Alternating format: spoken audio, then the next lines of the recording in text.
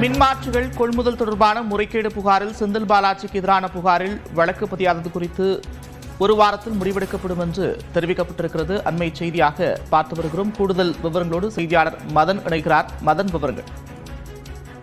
தமிழகத்தில் கடந்த 2021ஆம் ஆண்டு முதல் 2023ஆம் ஆண்டு அந்த காலகட்டத்தில் சுமார் 46,000 டிரான்ஸ்பார்மர் கொள்முதல் செய்வதற்காக 1,182 கோடி ரூபாய் அளவுக்கான அந்த டெண்டர் கோரப்பட்டது.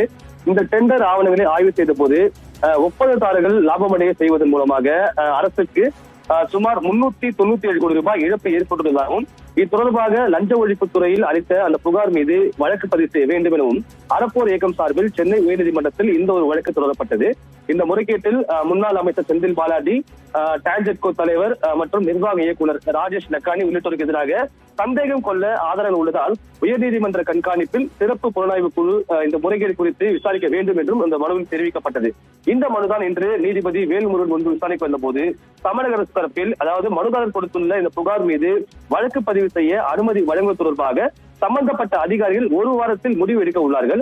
எனவே இந்த ஒரு மனுவானது செல்லாதாகிவிட்டது என்று தெரிவித்தார். ஆனால் அறப்போர் இயக்கம் சார்பில் அந்த புகார் அளித்து தற்போது 2 வருடங்கள் ஆகிவிட்டது. அனைத்து ஆவணங்களும் தகவல் உரிமை சட்டத்தின் கீழ் பெறப்பட்டுள்ளது. இந்த மனு மீது விரிவான வாதங்களை வைக்க விசாரணையை திங்கட்கிழமைக்கு தள்ளி வைக்க வேண்டும் என்று கோரிக்கை வைக்கப்பட்டது. ஆனால் நீதிபதியை பொறுத்த வரைக்கும் இந்த வழக்கை திங்கட்கிழமைக்கு அல்ல, அது எப்போது இந்த பட்டியலில் வருமோ அப்போது விசாரணைக்கு எடுத்துக் கொள்ளப்படும் என்று தெரிவித்து இந்த வழக்கை தேதி குறிப்பிடாமல் தள்ளி வைத்துள்ளார். நன்றி மதன், விவரங்களுக்கு.